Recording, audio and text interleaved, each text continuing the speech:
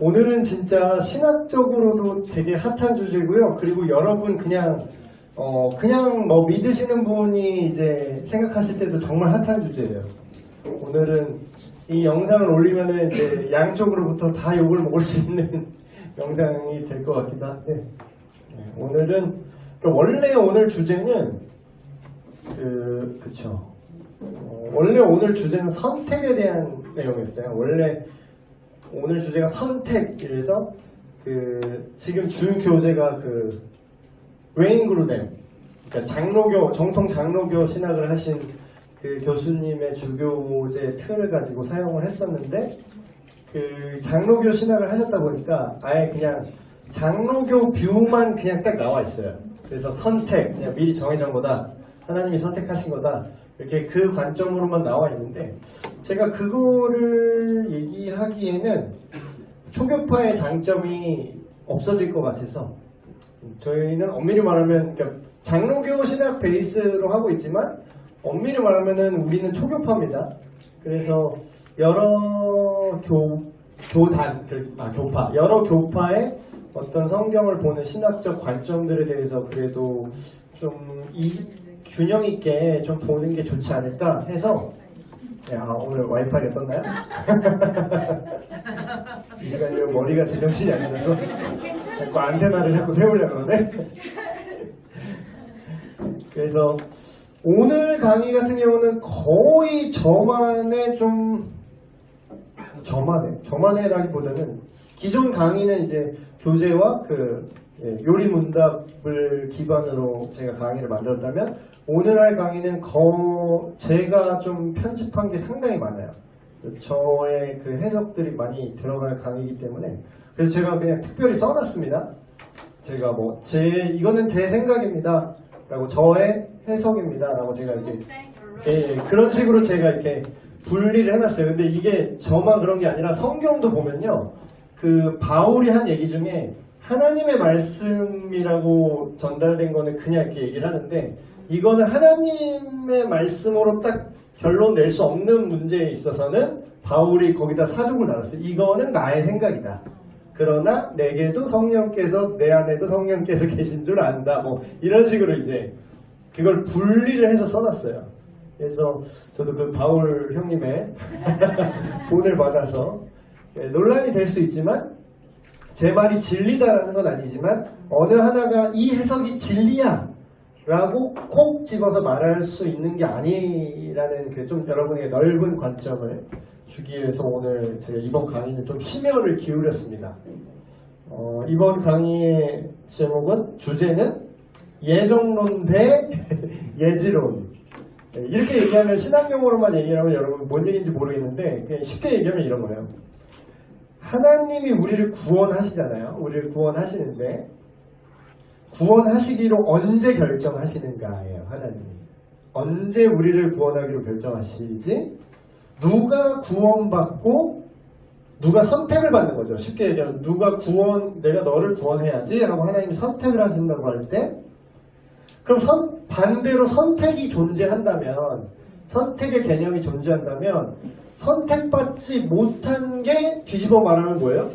버림받은 거잖아요. 그러니까 일부러 널 버릴 거야 이렇게 한다고는 말하기 싫어해요. 장로교 쪽 신학에서도. 그러나 사실상 선택을 하는 게 있다면 선택받지 못한 사람도 있다는 거 아니에요? 그러면 이제 그걸 이제 유기라고 합니다. 선택과 유기. 그러니까 유기됐다. 그런 표현할 때, 버려둠을 당한다 할 때. 실제로 성경에도 나온 표현이긴 해요. 그날에 이를 갈며 버림을 받을 것이다. 그래서 이런 게 상당히 좀 우리가 볼 때는 구원에 대한 문제이기 때문에 되게 민감해요. 이게 그럼 우리를 언제 구원하시기로 하나님이 어느 시점에 결정하시지? 아니면은 누구는 선택받고 누구는 선택받지 못하는 건가? 그러면은 예를 들어서 이런 가슴 아픈 일이 좀 있잖아요. 만약에 내가 진짜 사랑하는 우리 가족 중에 하나가 예수님을 믿지 않은 걸 내가 확실히 아는데 돌아가셨다라든가, 그러면 이거는 하나님이 그러면 일부러 선택을 안 하신 건가? 그럼 우리 사랑하는 가족을 버리신 건가 하나님이? 이러면서 이제 되게 깊은 얘기로 들어가면 들어갈수록 이게 되게 복잡해지는 개념이 있거든요. 그래서 이 예정이냐 예지냐 이거에 대해서 먼저 이 의미부터 제가 설명하고 들어갈게요. 소위 말하는 개혁주의 이런 거 되게 많이 들어보셨을 거예요. 교회 좀 다니신 분들은 뭐 개혁주의 신학, 개혁신학 뭐 이런 거를 스스로도 막 이런 나는 개혁교회 목사입니다 막 이렇게 얘기하는 거 좋아하시는 분들이 있어요. 쉽게 얘기하면 개혁신학은 뭐냐면요, 칼빈이즘이에요. 그러니까 칼빈이 종교개혁자인 칼빈이 정립한 그 교리적 기반을 가지고 신앙을 하겠다. 내가 교회를 그렇게 그런 교회로 내가 그런 신앙을 갖고 내가 살겠다라는 이제 그런 맥락인데, 그 개혁신학이라고 말하는 칼빈주의의 그 구원의 관점이죠. 구원을 바라보는 하나님이 언제 누굴 구원하시기로 어떻게 결정을 하셨는가, 그거를 보는 이제 신학 용어가 예정론이라는 겁니다. 정말 쉽게 얘기할게요. 미리 결정됐다라는 거예요. 그냥 물론 이 말도 정확한 표현은 아닌데 혹시라도 또 이 영상을 보고 시비를 거실 분이 있을까 봐 미리 말씀드리면, 저는 지금 신학 강좌를 하는 게 아니라 신학 강좌를 하는 게 아니라요, 일반 평신도 분들이 이해하기 쉽게 예수님 믿는 일반인 분들이 이해할 수 있도록 개념을 아주 단순하게 해서 지금 전달을 하는 겁니다. 더 깊은 논쟁의 여지가 있다는 건 제가 잘 알고 있어요. 근데 이 강의는 아주 쉽게 일반인들을 대상한다고 설정해서 하는 거기 때문에 시비는 걸지 말아주세요. 예. 요즘 인터넷 세상이 무서워요. 이런 거 좀 얘기해놓고 시작을 해야지. 그냥 정말로 쉽게 요약을 하면 칼빈주의는 뭐냐? 그러니까 장로교 신학은 칼빈주의를 표방합니다. 특별히 이제 그 저쪽 사당동에 있는 총신 쪽이라고 하죠. 총신, 그러니까 교파로 말하면 교단으로 말하면 합동 장로교 합동 측이라고 하죠. 그쪽이 칼빈주의를 표방합니다. 이런 건 여러분 잘 모르실 거예요. 뭐 신학 하신 분은 좀 아실 수 있는데, 사실 이건 뭐 그렇게 중요하지 않을 수 있는데, 저는 초교파기 때문에 중요하지 않다고 생각하지만 그분들은 이제 중요하지 또 이러실 테니까. 예. 그리고 어쨌든 그냥 정말 뭉뚱그려서 쉽게 얘기해서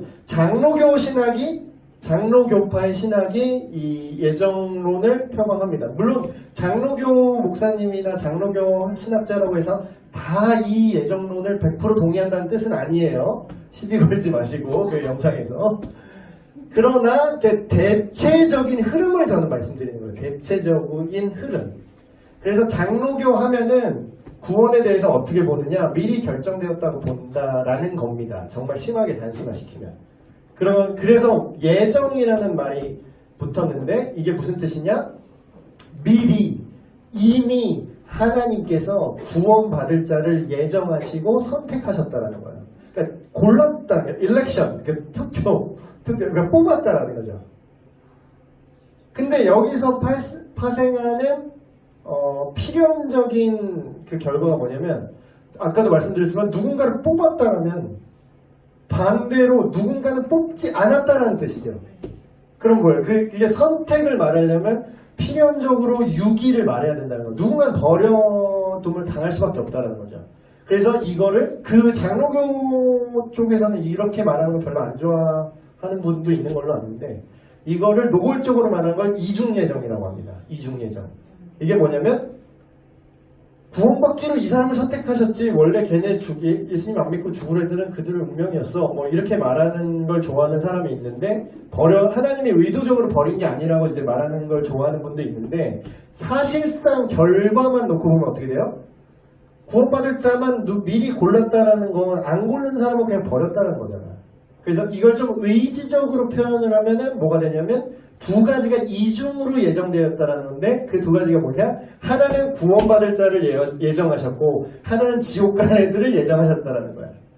그러니까 이게 예정론이라고 말할 때 이 예정론이란 커다란 파이 안에 막 여러 가지 디테일이 있겠지만 지금 제가 말씀드리는 게 메인스트림이라는 겁니다. 예정론 하면 이 개념이에요. 미리 구원받을 자와 구원받지 못할 자가 하나님께서 정하셨다, 이 개념이죠. 그러니까 선택하셨다. 근데 여기에 반하는 개념이 사람들이 이제 잘못 알고 있는데 신학을 하신 분도 혼동하시는 분이 있어요. 이 예정론에 반대하는 개념이 알미니우스주의라고 알고 계신 분이 있는데, 물론 이제 알미니우스주의가 뭐냐면요,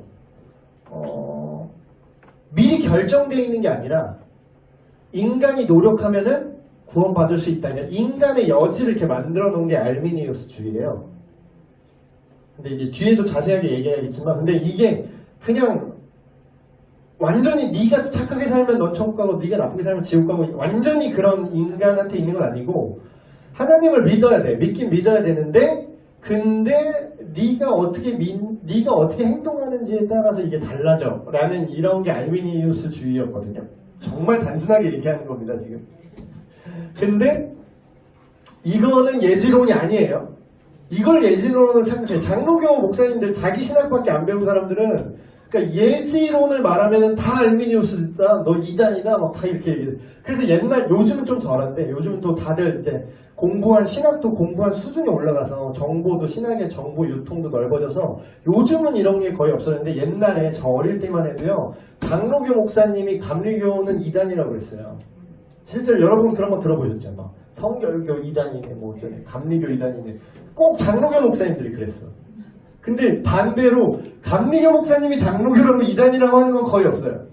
근데 왜 그러냐면 감리교나 성결교 목사님이 착해서 그런 게 아니라, 실제로 뒤에 지금 제가 다룰 거지만 신학 교리가 정립되는 순서대로 교파가 파생됐습니다. 저번에 청년부 때는 제가 감리교까지 얘기하다 시간이 넘어서 다 말을 못했는데, 그래서 실제로 모든 신학의 교리에는, 모든 교파는 장로교의 빚을 지고 있는 거예요. 왜냐하면 거기부터 출발한 기반이니까.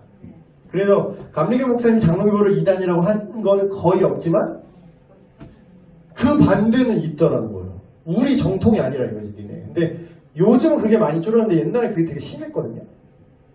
근데 그러면 감리교에서 말하는 건 알미니우스주의가 아니라 신이랑 인간이 같이 합쳐서 크로스 해야지, 같이 힘을 합쳐야 구원받을 수 있다, 이런 뜻이 아니라 예지 예정론이라는 건데, 이거는 감리교의 아버지 존 웨슬리 웨슬리. 그래서 이거를 뭐라 그러면 웨슬리안이라고 합니다. 웨슬리안. 감리교도 이걸 잘 모르는 분들 계신데, 자기 뿌리를 잘 몰라요. 장로교 교회 다니면서 자기가 뭔지 모르는 사람도 태반이니까. 우리나라가 이게 되게 심합니다. 근데 미국만 하더라도요, 그게 교파 색깔이 완전히 선명해요. 자기가 감리교면은 철저하게 감리교 관점으로 구원론을 보세요. 근데 우리나라의 장점이자 단점이 뭐냐면, 미안하다고 몰라, 그냥 그러니까 자기가 착해서 그걸 다 알아서 연합하는 게 아니라 그냥 몰라서 연합하는 거야. 자기 교파 그 해석을 몰라, 아예. 이런 걸 몰라요, 아예. 예진지 예정인지 이게 몰라. 사실 뭐 몰라도 이거 모른다고 구원 못 받는 건 아니니까. 근데 예지 예정은 뭐냐? 이중 예정에 반대라기보다는 대안? 이중 예정이 완전히 맞는 건 아니다 해서 다른 이중 예정과 다른 관점으로 보기 시작해서 나온 내용인데, 이게 뭐냐면 정말 쉽게 하면 이런 뜻이에요. 정말 쉽게 얘기하면 이런 뜻이죠. 미리 결정되어 있는 게 아니라는 거야. 하나님이 구원받을 자를 미리 골라놓고 미리 도미노 다 세워놓고 큐 하면은 이제 그대로 가게 되는 거잖아요. 근데 우리가 그렇게 꼭두각시가 아니라는 거야. 하나님이 우리를 꼭두각시로 지은 게 아니라, 하나님이 우리에게 자유의지를 주셔서 인간은 스스로 니들 마음대로 한번 해봐라, 날 믿을지 니네 마음대로 할지 마음대로 해보렴 하고 풀어놨는데, 풀어놓은 그게 이제 우리 인간 역사라고 했을 때 지구에다 인간을 이렇게 풀어놨는데, 하나님께서 누가 자신을 믿고 자신에게 돌아올지 아니면 끝까지 개기고 안 돌아올지를 뭐 하신다고요? 미리 아신다라는 거예요. 예지한다라는 거예요. 그래서 예지론 또는 풀네임은 예지 예정론인데, 그거를 예정론을 헷갈리니까 이거를 구분하기 위해서 그냥 예지론이라고 합니다. 그래서 예정론은 장로교파 관점, 예지론은 감리교 기반, 성결교나 메소디스트, 그 사람들의 구원에 대한 관점이에요. 근데 지금 제가 이렇게 얘기하면 여러분 벌써 졸릴 수 있잖아요. 근데 그거를 뒤에 지금 정말 쉽게 얘기해 줄게요. 원숭이도 알 수 있는 예정론과 예지론. 자, 그런데 요즘은 그래도 신학이 발달하면서 이 차이가 점점 줄어들고 있어요. 옛날에는 나는 막 골수, 난 장로교요, 난 개혁신학이에요, 개혁주의 아니면 다 이단이야, 막 옛날에 이랬다가 이제는 자기들이 이제 보니까 성경을 자세히 보고 더 해석도 더 발달했고, 그리고 이렇게 신학적인 토론을 할 수 있는 이런 문화가 더 넓어졌다 보니까 이 두 개가 차이가 점점 줄어들고 있어요. 예를 들면은 골수 칼빈주의였다면 이거를 개혁주의적 수정 칼빈주의라고 하더라고. 근데 이제 자기 베이스는 장로교야. 그러니까 이게 맞다라고 말은 못하는데 우리는 수정 칼빈주의야 하면서 이쪽 스탠스를 이렇게 좀 오고, 이쪽에서도 옛날에는 나는 뭐 웨슬리안이다 했는데 이제 그렇죠. 뭐 알비니안적 칼빈주의 뭐 이렇게 말장난을 해요. 근데 이런 거는 별로 여러분들이 알 필요는 없고, 이건 신학 전공하는 사람들도 잘 몰라요. 머리 싸매기고 복잡해서. 그래서 제가 첫 시작을 뭘로 했냐면 피처링 신목사죠. 보다 넓은 시야를 가졌으면 좋겠어요, 여러분. 보다 넓은 시각을 위하여. 옛날에 그런 말 있었잖아요. 죽어서 천국에 갔는데 천국 가서 막 진짜 막 물어보는 거예요. 하나님, 감리교가 맞아요? 장로교가 맞아요? 감리교 새끼들 다 지옥 가 있죠, 하나님. 막 이런 거 물어보고 싶다는 거야. 그래서 그거 막 물어봤는데 막 베드로가 허허허 웃으면서 네가 감리교인지 장로교인지 난 모르겠고 네가 예수를 믿었는지만 난 중요해. 그 얘기했다고 나오잖아요. 근데 이제 그게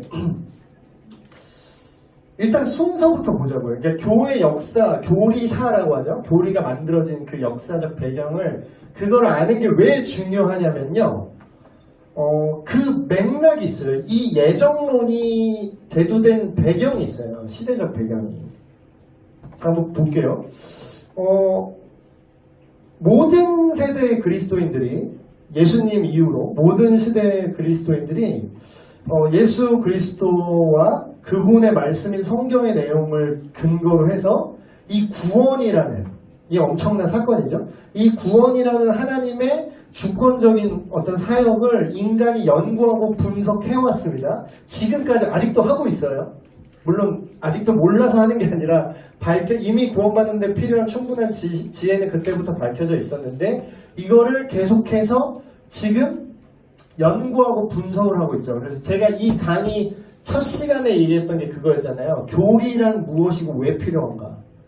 교리라는 거는 하나님의 말씀을요, 사람이 연구하고 분석해서 뽑아내는 거예요. 이렇게 얘기하면 어떤 사람이 이래. 또 신비한 분. 그거 봐요, 그 사람이 한 거지. 그 하나님 말씀 아니에요? 교리는 하나님 아니에요? 또 이래.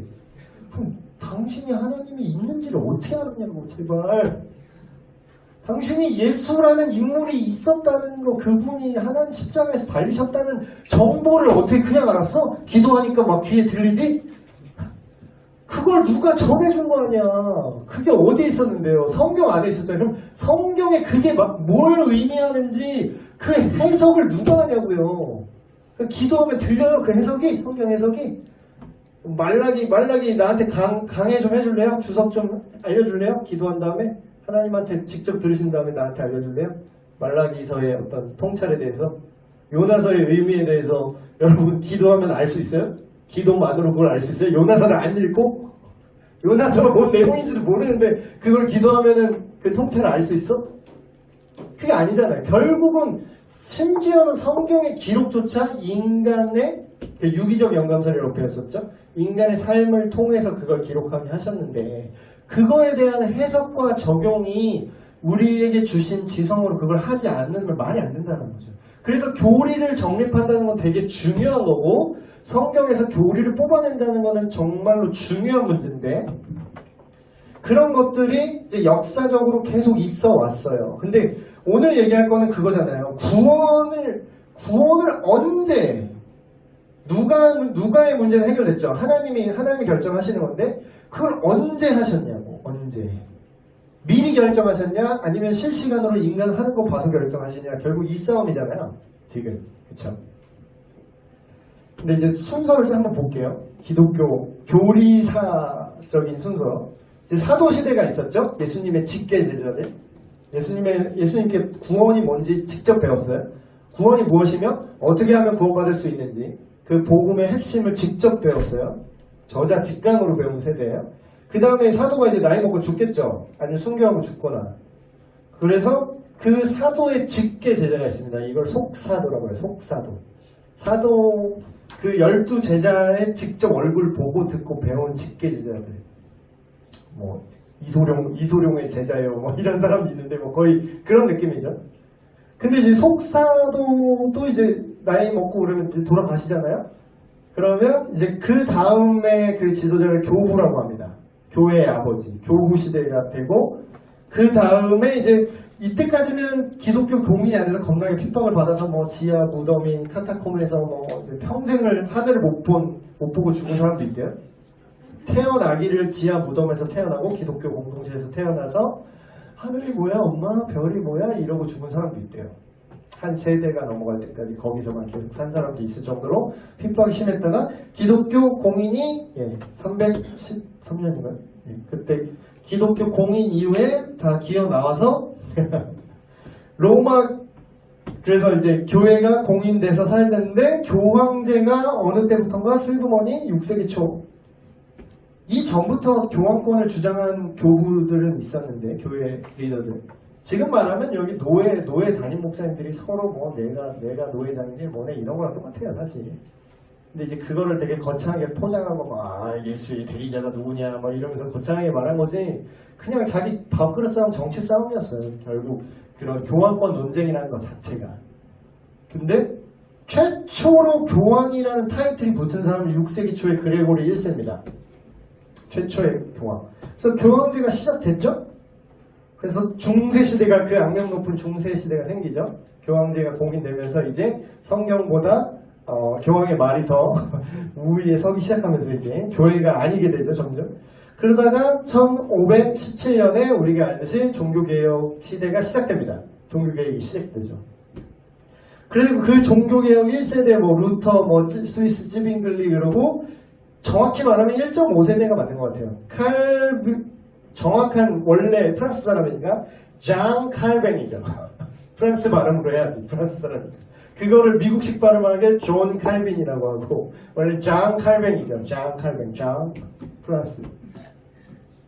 근데 이제 이 사람을 왜 얘기를 하냐면 이 사람이 이전 시대에는 어땠냐면요. 지금 사도 시대부터 지금 왜 얘기를 하냐면 이때 이전에는 어떤 일이었냐면 성경 말씀 그 자체에 대한 탐구를 한다기보다는 어떤 교권주의적인 로마 카톨릭으로부터 이제 막 성경이 중요하다라는 걸 위해 싸우기 바빴던 시기였어요. 물론 예수님 제자 시대 때는 어땠는지 모르죠. 너무 옛날이라서. 근데 이제 근현대로 오면서 이제 막 성경이 중요하다. 성경을 오직 믿음으로 오직 이 스크립처에서 우리의 믿음의 근거가 나온다. 이걸 싸우던 시대라서 교리가 정립이 되어 있을까요? 정립이 안 되어 있을까요? 안 되어 있지. 근데 예수님 믿고 구원받고 이런 것만 기본적인 것만 알고 있었지 뭔가 이게 교리적으로 구원이 어떻게 돼 있고 어떻게 돼 있고 이게 뭐고 이런 게 없었다는 거예요. 근데 그거를 거의 최초로 정립한 게 근현대 들어와서 근대 들어와서 중세 이후로 최초로 정립한 사람이 장 칼빈인 거예요. 그러니까 거의. 근데 뭐 학자들 말하는 존 칼빈이 혼자 한 게 아니라 그 전에 누가 있었고 안 알려진 어떤 학문적인 그룹이 있었는데 제일 유명해서 이름을 날린 게 칼빈이다. 뭐 이렇게 보는 사람도 있는데 어쨌든. 그래서 그 칼빈의 구원에 관한 성경 해석이 예정론인 겁니다. 그래서 이제 이렇게 얘기하면 또 그렇죠. 그러니까 이 당시에 새삼스럽게 성경이 말하는 교리에 대한 연구와 정리가 이때 막 시작된 거예요. 사실 이 전까지는 교황제랑 싸우기 바빴지. 그럼 뭐예요? 아까 얘기했듯이 거의 초기의 교리라고 말할 수 있는 프로토타입을 칼빈의 신학에서 출발한다 라는 걸 부정할 수 없어요. 그러니까 다른 여러 교파들 있죠. 뭐 순복음 그거 아세요 여러분? 지금은 모르겠는데 초창기 순복음교회 신학교 있죠. 거기 신학 교수님 누군 줄 알았어요? 어느 교파에서 신학 교수 초빙한 줄 아세요? 교단은 순복음 신학교인데 또 이것도 욕하시네. 이건 팩트입니다. 찾아보세요. 초기 순복음교회 신학교, 우리나라 신학교 신학 조직 신학이나 뭐 신학 교수가 있어야 가르칠 거 아니야. 그 교수가 어느 교파 출신인 줄 알았어요? 다 장로교 출신입니다. 이거 팩트예요. 그러니까 신학은 장로교에서 출발한 게 맞아요. 신학 교를 뽑아낸 거예요. 그러니까 장로교에서, 그러니까 우리가 그걸 장로교라고 이름을 붙인 거지, 정확히 말하면. 그거를 장로교 신학이라고 이름을 나중에 붙인 거지. 그 원래 칼빈의 종교개혁 이후로 성경에서 교리를 뽑아내는 그런 작업들의 그 유산 위에 모든 타 교파들이 세워져 있다는 건 부정할 수 없는 사실이죠. 그래서 그럼 또 이렇게 얘기하면 칼빈을 너네는 하나님 말씀을 안 믿고 칼빈을 믿어, 또 이런 사람이 있어. 실제로 근데 그런 사람이 있습니다. 말씀보다 칼빈의 해석이 더 절대적이라고. 말씀이라는 큰 그런 어떤 파일을 칼빈의 시점으로 이렇게 보려고 하는 게 아니라 칼빈이 말씀이야, 이런 사람도 있긴 있어요. 그거는 그런 거 하지 말자고 제가 이렇게 고생해서 시간 내서 이렇게 썰푸는 거거든요. 그런 거 좀 합시다 하는데, 정확히 말하면 칼빈이 만들어낸 교리가 아니라 칼빈이 발견한 칼빈의 관점으로 정리가 된 거죠. 그렇죠? 그래서 이런 얘기하면은 성경이 말하는 구원에 대해서 이렇게 구원이라는 게 정리되어 온 거잖아요. 이런 해석들이, 교리적인 해석들이. 근데 이제 또 이런 얘기하면 본질이 중요해, 칼빈주의 저리가, 그러면서 자기는 본질을 그냥 아는 것처럼 막 얘기를 해. 근데 제가 하는 얘기 했잖아요. 본질이 중요한 거 맞아요. 본질이 중요한 거 맞는데 문제는 인간이 그냥 본질을 알 수가 없다라니까. 어떻게 알 거예요, 본질을. 기도하면 그게 그냥 안 되는 거 알잖아, 우리. 그게 거짓말인지 알잖아요, 여러분. 본질이 중요한 건 맞는데 근본적으로 인간의 해석과 관점을 통해서 그 본질을 담는 틀이라는 게 만들어집니다. 그래서 구원이 무엇인지, 또 그 구원의 과정과 그 구원의 양상이 무엇인지 그 자체가 본질은 맞아요. 그런데 그 구원의 과정과 양상을 우리가 이해하고 보기 위한 어떤 관점과 생각의 틀이 있어야 되는데, 그 한계가 뭐냐면 인간이 이해하는 한도 내에서만 틀을 만들 수 있다는 거죠. 우리가 알지 못하는 개념을 새로 만들어서 틀을 삼을 수 없어요. 그러니까 그게 신학이 갖는 어떤 한계일 수 있죠. 근데 한계가 있다고 해서 그게 필요 없느냐? 아니요. 오히려 더 필요합니다. 그래서 그 한계를 극복하는 방법이 뭐냐면 단 하나의 해석의 틀만 갖고 있지 말자라는 거예요. 제가 이런 얘기를 하면 또 막 그러면 뭐 더 해석마다 다 다른데 그럼 누구 말 들으냐, 어느 교파 이렇게 말하는데 무슨 교회 다녀야 되냐, 오늘은 감리교회 갔다가 다음 주에는 뭐 수목교회 갔다가, 다음 주에는 성결교회 갔다가, 다음 주에는 뭐 중앙성서교회가 있습니다. 초교파. 초교파의 장점이 이게 다 두루 섭렵해서 이제 한번 보는 건데, 그래서 이게 제가 별표하고 써놨는데, 교파랑 교단이 갈라지는 이유, 그 이유가 뭐냐면요, 모두가 동의하는 변하지 않는 본질이 확실히 있습니다. 이런 식으로 또 이해하셔서 그러면 관점이 다를 뿐, 다 관점이 다른 거지, 뭐 저기 몰몬교도 관점이 다른 거고, 저기 이단이라고 말하는 제7일 안식교도 관점이 다를 뿐 괜찮은 건가 보네, 이런 뜻이 아니에요. 관점에 상관없이 절대로 변하지 않는 코어는 분명히 존재합니다. 예를 들면 이런 거죠. 하나님의 창조, 인간의 죄악, 예수 그리스도를 통한 유일한 구원, 그리고 재림과 하나님 나라, 이런 것들은 다르게 볼 여지가 없는 거예요. 이거는 그냥 완전 클리어한 거예요. 성경만 딱 봐도 오해의 소지가 없어요. 그런데 이게 본질이라고 하면 비본질은 뭐냐? 비본질의 영역이 뭐냐? 예를 들면 예배 때 피아노 칠 건가? 전자기타 칠 건가? 여러분 그거 아세요? 피아노 처음 쓸 때 교회에서 욕먹었던 거 아세요? 혹시? 그 정도 옛날 분 안 계시나? 월요기도에 오시는 권사님쯤 보면 이 얘기가 뭔 얘기인지 아실 거예요? 옛날에 피아노 처음 교회에 들여놓는데도 싸움이 있었던 거 아세요? 풍금 쳐야 된다 그러면서 어딜 뭐 피아노를 교회에다 피아노 지금 똑같은 거잖아. 드럼 어딜 예배 때 드럼 치냐. 또 제가 나이 먹고 어딜 교회 예배 때 턴테이블 돌리냐 막 그럴 거야. 어딜 지금 뭐 어딜 어딜 예배 드리는데 그 미러볼 돌리냐 막 이러면서 나는 그러겠지. 나는 안 그래. 나 안 그런 거 알잖아. 청년부 수련회 갔을 때 미러볼 돌렸잖아. 그러니까 이게 근데 왜 이거를 싫어하는 사람도 있겠지. 근데 이게 무조건 새로운 게 옳다라는 건 아닙니다, 여러분. 근데 이게 본질은 아니라는 거예요. 제가 말하는 거. 상황에 따라서 본질이 아니니까 무분별하게 새로운 거 다 해도 된다. 뭐 여기서 뭐 턴테이블 돌리면 여기 뭐 팝핀을 하시면 예배 때 마음대로 다 해라. 그거 무질서고 그건 무질서고. 그러나 그거를 해도 되는 그렇죠. 세술은 세부대 그 개념을 생각하면 맞아요. 그 맞는 시간과 장소와 상황. 이게 상황적인 문제입니다. 이거 본질의 문제가 아니라 상황의 문제예요. 지금 청소년, 청년들 있는데 풍금으로 한번 예배 드려보세요. 풍금으로. 오히려 더 신선하네요. 잘 치면 좋겠는데. 풍금으로. 아니면 박수 치지 말라고 그러세요. 청소년 집회 딱 갔는데 박수 어딜 거룩한 예배 박수 치는 나와. 옛날에 막 그랬어요. 예배 찬양하는데 막 음악 전공이라서 막 나도 모르게 화음을 넣은 거야. 화음 나와? 어디? 베이베 나와 지금. 막 이런 거. 베이베는 좀 너무 가는 것 같긴 해. 근데 이런 것들이 그 옛날 상황 안에 있는 분들은 이게 본질이라고 착각한 거지. 근데 이게 비본질이라는 건 뭐죠? 그렇게 따지면 하나님도 욕해야 돼. 어딜 새로운 노래 불러 지금. 어딜. 근데 하나님이 성경에 써있어. 새 노래로 찬양하라 써있어. 새 노래로. 그럼 뭐야? 다른 힘 확장하면 새 악기로. 뉴 사운드. 뉴 시즌. 본질만 지켜주면 괜찮다는 거야. 하나님을 사랑하고 하나님을 높이는 그걸 담는 그릇으로서. 그릇은 바뀌기 마련이에요. 재작년에 입었던 옷 똑같이 저는 입는데.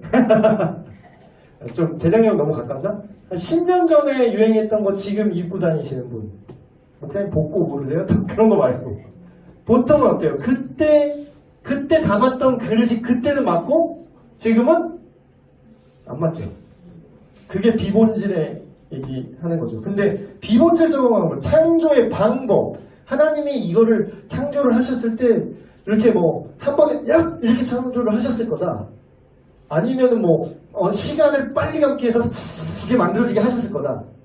그게 뭐 창조적 진화 뭐 어쩌고 뭐 이러면 막 싸워 이걸로. 같은 믿는 사람끼리 막 진화론적 창조 이러면 너는 이단이야. 그럼 너 아니 그걸 지가 어떻게 알아? 하나님 어떻게 지었는지. 그게 본질이에요 심지어? 하나님이 타이머 딱 켜놓고 지금 이렇게 하면은 생기게 해야지 이렇게 하는지 지금 생겨라 하! 이렇게 하셨는지 손을 이렇게 하셨는지 천사가 나에게 난다 천사가 두 날개를 날고 두 날개를 눈을 갈고 두 날개를 발을 갈았다면은 그 날개가 나머지 나는 두 날개가 이렇게 날지 이렇게 날지 이렇게 프로펠러처럼 날고 있을지 뭐 어떻게 하냐고. 근데 그게 본질인 것처럼 그것 때문에 교단이 나눠진다고. 그러니까 지금 제가 되게 우습게 얘기한 거예요. 예를 들어서 되게 희화해서 비유를 하면 이런 거죠. 천사가 나는 건 이렇게 나는 거다. 우리 교단은 이렇게 나는 거야. 프로펠러 방식이야. 이게 진리야. 프로펠러 아니거든. 전통적인 그 새의 날개지 모르니? 이거야. 이대한 자식들아. 막 이러면서 아니거든. 이렇게 나는 거 몰라? 이렇게? 이거 몰라? 아니야. 이 이단아. 그냥 자기 구상 몰라? 이건 상징이야. 반중력 장치를 이용해서 이렇게 뜨는 거야. 이게 뭔 개짓이야. 이거 가지고 싸워. 교판 아니에요. 이제 좀 이렇게 하면 또 날 다 욕할 거야. 이런 얘기하면 그런 게 아니다 하면서 이제 다 욕하겠지만 이건 내가 이해를 돕기 위해서 비본질이라는 걸 강조하기 위해서 이렇게 비유를 든 거고요. 그런 구원의 양상, 예배 형식과 방식의 문제, 교회의 정치 제도. 어떤 교회는 고교회, 저교회, 하이처치, 로우처치라고 이런 개념이 있습니다. 교회의 정치 제도의 차이예요. 우리 교회 같은 경우는 장로교 기반이기 때문에 비교적 하이처치 쪽에 가깝습니다. 근데 로우처치는 뭐냐면 침례교단들 중 일부가 그런 건데, 로우처치는 뭐냐면 당회가 없어요. 당회가 없는 교회. 당회가 없고 장로 같은 그런 지도, 소수의 그 지도 그룹이 아예 존재하지 않아요. 거기는 그냥 다 형제야. 그리고 담임 목사님의 발언권이, 그러니까 이거는 정통 침례교 스타일 말하는 겁니다. 우리나라 침례교는 안 그런 데도 있어요. 말만 침례교고 장로교 교회 정치처럼 하는 데도 많아요, 우리나라는. 근데 정통 침례교, 그러니까 로우 처치. 누구나 평등하다는 거예요. 그리고 그 로우 처치 교회 가보면요, 단이 이렇게 없어요. 설교단이 이렇게 있습니다. 똑같아요. 너랑 나랑 다 똑같다는 거지. 로우하게 있겠다. 근데 이제 하이 처치는 뭐냐면 우리가 아는 당회가 있고 더 상위의 기구가 있고 당회장이 있고 뭐 이런. 하이 처치는 감리교도 하이 처치입니다. 감독 있죠. 총감독. 감독제죠. 거기 비숍이에요. 비숍. 영어 명칭은 똑같을걸? 비숍으로 알고 있어요. 그래서 그 감독이, 감리교회 같은 경우는 지금도 그렇습니다. 교회의 감독을 파견해요. 중앙에서 파견해요. 그래서 그런 약간 천주교의 그런 통치 그런 느낌이 아주 살짝 남아있긴 해요. 그래서 그런 하이처치 개념의 교회를 가보시면 강대상이 어때요? 이렇게 있어요. 진짜 심한 교회는 이게 여기 회중석이 이렇게 있잖아요. 그럼 막 두 단이야. 막 저기 보이지도 않아. 막 진짜 이게 높이서 하나님의 말씀은 높은 데서 이게 내리는 겁니다 하면서 실제로 예배당도 그렇게 지어져 있습니다. 근데 이제 오해하지 마세요. 이게 어느 하나가 좋고 나쁘다라는 얘기를 하는 게 아니에요, 제가. 이게 본질이 아니라고요, 이게. 강단을 높이 둘지, 뭐 당회를 구성해서 교회를 지도할지, 아니면 그냥 다 평등하게 내려서 이렇게 그냥 진짜 허심탄회하게 그냥 청바지 입고 같이 이렇게 토론하듯이 설교하면서 얘기할지, 그게 본질은 아니라는 거죠. 장단점이 물론 있겠죠. 장단점. 하이 처치의 장점은 하이 그룹이 하나님 앞에 올바르고 정신 차리면 아주 끌고 가기 편하다라는 거고, 단점은 하이 그룹이 썩으면 그냥 박살나는 거고, 로 처치의 장점은 다 민주적으로, 비교적 민주적으로 서로 이렇게 이제 잘 이렇게 교회를 함께 만들어 나가는 교회가 더 강하다면, 로우 처치의 단점은 중구난방이 될 수 있다는 거. 그래서 구원의 순서, 구원의 양상에 대해서 제가 이렇게 쭉 거기에 정리가 되어 있는 걸 좀 보는데, 순서는 이런 겁니다. 구원의 순서, 한 사람이 안 믿는 한 사람이 예수님을 믿어서 구원받았다라고 이제 말할 수 있는 그 순서가 있어요. 첫 번째, 일단 선택의 개념이에요. 일단은 장로교 베이스로 얘기를 할게요. 일단은 하나님이 누군가를 선택한다라는 거지, 태초부터. 그래서 선택이 있고, 본인도 몰라요. 본인과 모든 인간은 내가 선택받았는지 선택받지 않았는지 알 수가 없어. 오직 하나님만 아신다는 개념이죠. 이거는 예정론의 관점으로 제가 얘기하는 겁니다.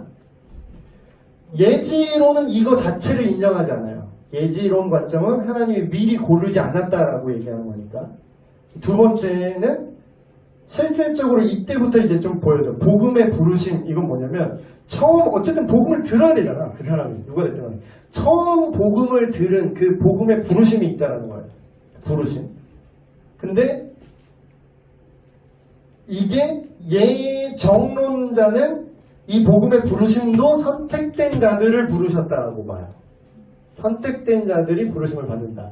그러나 예지론적 관점으로 보는 사람은 모두를 부르시는데 부르심에 응답하는 놈이 있고 안 응답하는 놈이 있다. 이 관점이죠. 그래서 요거는 복음의 부르심은 과거의 어떤 첫 번째 사건으로 나를 부르신 그 사건이 있을 거 아니에요? 내가 뭐 은근슬쩍 들었지 대놓고 들었지 모르지만 어쨌든 복음이라는 걸 처음 들었던, 예수님이 누구시고 예수님이 죽으셨고 그게 나랑 무슨 상관인지를 처음 들었던 과거의 어떤 시점이 있을 거 아니야. 어쨌든 그게 불분명하든 명확하든 간에. 근데 그 시점, 과거의 한 시점부터 지금에 이르기까지 여러분이 교회를 다닌다면 복음을 계속 들을 수 있다는 거죠. 세 번째, 이 복음을 듣고 나서 일어나는 이제부터 양상을 설명하는 건데 중생이라고 표현하고 다른 말로 하면 거듭남입니다. 거듭남. 이거는 본인이 관찰하거나 느낄 수가 없어요. 내가 내가 지금이야. 지금 내가 거듭나는 것 같아. 이런 사람 없다라는 거예요. 본인이 관찰하거나 느낄 수 없고 과거의 단회적 사건인 거예요. 이거는 반복되지 않아요. 어떤 사람은 잘 모르는 분은 내가 예수 믿고 거듭난 줄 알았는데 내가 또 죄를 저질렀어. 그러면 나 거듭나지 않았는데 또 거듭나야겠어. 또 이건 아니라 안 거듭났거나 거듭났지만 죄를 지은 거거나 둘 중에 하나밖에 없는 거예요. 단회적 사건 반복되지 않아요. 그러니까 예를 들면 이런 거죠. 여러분 태어날 때 어떤 느낌이었어요? 경치가 어땠어요? 태어날 때? 막 태어났을 때. 엄마 뱃속에서 막 태어났을 때 그 사운드와 그 냄새와 그런 정치를 기억합니까? 여러분 알아요 그거? 그때 느낌이 어땠어요? 엄마 뱃속에서 막 나왔을 때? 기억이 없어요. 가장 최근인 우리 딸한테 한번 물어봐야겠다. 느낌이 어때? 혹시 기억할지도 모르잖아. 우리 너무 오래돼서 까먹었다고 하면 가장 최신 애들 유치부 선생님도 한번 물어보세요. 애들한테 엄마 뱃속에서 나올 때 느낌이 어땠고 어떤 감정이었으면 아예 대화 소통이 안 되죠. 그 나이는 못 알아듣죠. 그거예요. 내가 거듭남도 내가 느끼거나 내가 관찰하는 게 불가능합니다. 그렇지만 그렇다고 해서 느껴지지 않는다고 내가 안 태어난 거야? 내가 여기서 자기 태어난 거 느낀 사람 아무도 없잖아. 그렇지만 우린 여기 지금 태어나 있죠. 거듭남도 이렇습니다. 그래서 예수님 그런 얘기예요. 거듭난 자는 바람이 사방에서 불어오는데 도대체 어디로 불어와서 어디로 가는지 우리가 알 수 없는 것과 같다 이렇게 얘기해요. 그 다음이라고 보기도 되게 애매한데 지금부터는 순서 개념보다는 약간 다른 관점 개념일 수 있어요. 회심입니다. 회심. 순서가 달라요. 이 칼빈주의, 그러니까 예전론에서는 중생이 먼저 거듭나는 게 먼저고 그 다음에 회심을 하는 걸로 순서가 나오는데 뒤에 순서 다시 말하겠지만 회심이라는 개념이 뭐냐면 예수님을 이제 내가 믿고 그러니까 회개한다는 거죠. 성경에도 나오죠. 회개하고 복음을 믿으라. 그게 최초의 오리지널 복음 선포 방식이에요. 회개하고 복음을 믿으라. 하나님 나라 가까웠다. 회개하고 복음을 믿으라. 그럼 결국 뭐예요? 내 마음에 뭔가 돌이키는 그게 있어야 돼. 회심, 컨버전이라고 하는데. 근데 이거는 내가 느낄 수 있어요. 이거부터 내가 느낄 수 있어요. 왜냐면 내 마음이 내가 진짜 쓰레기구나. 내가 완전 죄인이구나. 이대로 가면 나 그냥 인생 끝장이구나. 내가 지옥 가기 딱 어울리구나. 근데 나 제발 살려주세요. 그 우편강도 있잖아요. 우편강도. 우편에 매달렸던 강도 얘기 있죠?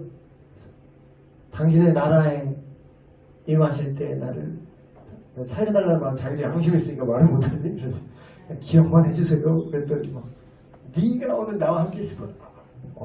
특급 열차. 구원 특급 열차. 근데 이거 별로 부러워하면 안 돼요, 여러분. 이 사람은 제일 꼬랩이에요. 천국에 가면 제일 꼬랩이야. 근데 이제 간 것만 해도 대박인 거지, 이 사람은. 이 사람은 그럼 십자가 위에서 최후의 껄떡껄떡 죽기 직전에 뭐가 일어난 거야? 회심이 일어난 거야, 회심이. 죽기 직전 가면 다 믿을 것 같죠, 여러분? 죽기 직전 가면은 자기 다 후회하고 회개할 것 같죠? 바로 옆에 왼편 강도. 예제를 그냥 보여줘, 성경에서. 바로 똑같은 조건에 있었던 왼편 강도 뭐라고 했어요? 끝까지 예수님을 믿지 않고 그냥 욕했어. 네가 메시아라며. 네가 하나님 아니면 내려가. 같이 조롱했어요, 옆에. 쥐도 매달려 있는 주제에. 그러니까 회심은 내가 지금 믿어야지. 지금이야. 지금 믿어줘라. 그래, 자, 지금 회개하는 거야. 이게 불가능하다고. 그래서 이것도 회심도 구원의 이제 시작으로서 구원에 이르는 회개는 단회적 사건이 맞아요. 그러나 삶 속에서 죄로부터 그때그때 돌이키는 그런 경향성은 또 현재 진행형일 수 있다. 다음 칭의. 이건 뭐냐면 회심이 먼저냐 칭의가 먼저냐 양자됨이 먼저냐 이렇게 막 싸워요. 이게 신학자들이 싸우는데 나 이거 되게 부질없는 짓 같거든. 왜냐하면 이건 관점이 다른 것 같아요. 칭의는 뭐냐면 법적으로 하나님 앞에 의롭다고 인정받는 거예요. 너 죄 없어? 너 무죄. 땅땅땅. 이게 칭의예요. 이거는 하나님 관점에서 법적인 측면으로 구원을 보는 겁니다. 법적인 측면. 법적인 측면으로 보면 뭐예요? 뭐로부터 구원받은 거예요? 죄에 대한 형벌로서 영원한 하나님으로부터 단절, 영원한 지옥. 그걸로부터 구원받은 거잖아요. 그쵸? 그래서 단회적 사건입니다. 이거는 한 번인 거예요. 과거의 단회적 사건이에요. 칭의. 계속 반복되는 거 아닙니다. 그리고 또 양자됨. 이거는 뭐냐면 하나님의 관점에서 관계적 측면이에요. 아까 법적인 측면이었죠. 칭의가. 의롭다 하면 법적인 측면이라면 이건 관계적인 측면이고 역시 너는 내 아들이라 오늘날 내가 너를 낳았도다. 이거는 뭐예요? 단회적 사건이라는 거죠. 입양. 하나님의 자녀로 입양되었다. 반복되지 않아요? 그리고 여기부터 다음이야. 여기부터 확실히 다음이라고 말할 수 있어요. 순서상으로. 그 다음에 이게 칭이든 양자됨이든 중생이든 회심이든 이게 일어난 다음에 뭐가 시작되냐면 성화의 개념이 시작됩니다. 성화가 뭐냐면 실질적으로 삶을 살아갈 때 올바르게 살게 됨. 이건 성화는 따로 있어요. 강의에. 그때 가서 자세히 얘기할 거고. 근데 이거는 뭐냐면 본인도 알아요. 이걸. 본인도 확인할 수 있어요. 내가 성화되고 있는지 본인도 확인 가능하고 주변 사람들도 볼 수 있는 삶의 열매죠. 제가 귀찮아서 번호로 썼는데 3, 4, 5, 6이 뭡니까?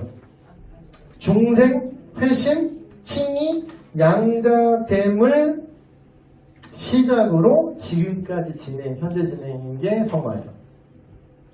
이거 잘 모르시는 개념인데 견인, 성도의 견인이라는 개념이 있거든요. 이게 뭐냐면 쉽게 얘기하면 이런 거예요. 하나님이 너를 구원받을 수 있도록 끝까지 끌고 가신다는 거야. 견인차, 차가 이렇게 견인한다 그러죠. 이건 뭐냐면 아우르는 거죠. 2번이 뭐였더라? 복음의 부르심부터 시작하죠. 처음 복음을 듣는 것부터 시작해서 내가 죽기 전까지 이게 실시간이라는 표현이 중요해요. 실시간으로 예수 그리스도를 믿는 믿음 안에 머무르게 하신다는 개념. 그래서 내가 견인이 되고 있는지 없는지는 본인이 알아요. 본인이 알 수 있습니다. 왜냐하면 2번, 4번 복음의 부르심과 회심은 내가 느낄 수 있다 그러죠. 그래서 그거를 시작으로 또는 기반으로 해서 3, 5, 6 중생, 거듭남과 칭의와 양자됨이 이걸 경험하고 그래서 성화를 살아가는 거예요. 그래서 본인이 알 수 있어요. 본인이 내가 예수를 처음 믿었을 때나 지금이나 내 생활 태도라든가 내 어떤 도덕성이라든가 이런 것들 하나님과의 관계라든가 이게 더 거꾸로 갔다. 그러면 앞에 뭐가 잘못된 거야.